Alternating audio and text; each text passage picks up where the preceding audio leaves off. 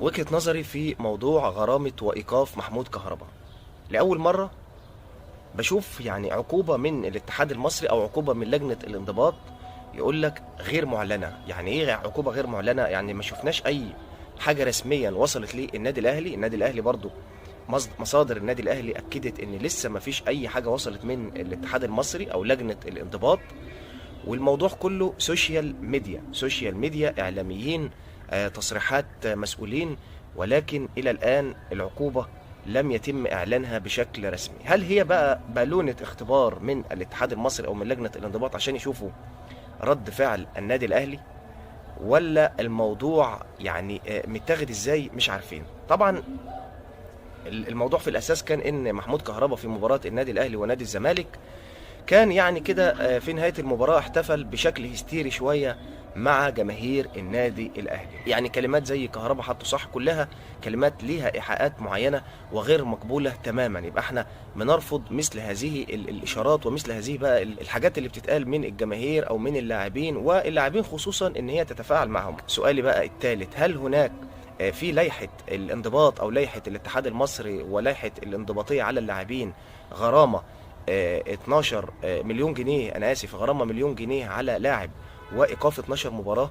ده سؤال مهم جدا. هل اللائحه فيها الكلام ده؟ طبعا كل الانديه بتحترم اللوائح. هل هو عندما تم التحقيق مع محمود كهربا النادي الاهلي اثبت ان هو الراجل ما اتكلمش وما قالش حاجه غلط؟ فعلا محمود كهربا كل الناس شافت ان محدش ما قالش الفاظ خارجه، ما قالش اي عبارات مسيئه، لكن الموضوع كله كان فيه جمله او جملتين كان تفاعل مع الجماهير معهم. هل بقى هنا اللائحه، هل هنا بقى في توازن ما بين الانديه؟ طبعا الناس كلها بتقارن ما بين شيكابالا وما بين امام عاشور وما بين موقف كهرباء. الموقفين او الثلاث مواقف متغيرين تماما. شفنا كده اكتر من اعلامي واكتر من ناس محللين وناس رياضيين بيتكلموا في تشابه العقوبات ما بين كهرباء وما بين شيكابالا وما بين امام عاشور. لا، الموقف متغير تماما. كهرباء تفاعل مع الجماهير، قال كهرباء هيحطوا صح او الكلام ده كله، عبارات غير مقبولة، ولكن كل حاجة على قدها. المفروض الكلام ده طبعا في اللجنة الانضباط، والكلام ده ليه لوائح.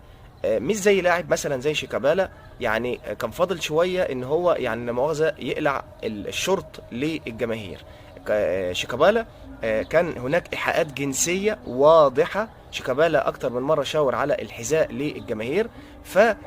المواقف متغيرة. كذلك إمام عاشور كان موقفه مغاير. إمام عاشور أخطأ مع الجماهير، كان طبعا لما جماهير نادي الزمالك بتشتم في مجلس إدارة النادي الأهلي والكلام ده كله وهو ردد معهم. فالمواقف مختلفة، وبناء عليها فالعقوبات المفروض ان هي تكون مختلفة. لكن بنشوف ان كهرباء ايقاف 12 مباراة هو غرامة مليون جنيه على مجرد ان هو قال كهرباء حطه صح. بنأكد دايما ان احنا بنختلف مع كل ما يقال، وكل ما يقال ده غير مقبول، ولكن المساواة بقى لازم لجنة الانضباط ولازم اللوائح والكلام ده كله يكون كل حاجة على قدها. هناك خطأ يبقى عليه عقوبة قد كده، في خطأ أكبر يبقى عليه عقوبة أكبر، وهكذا.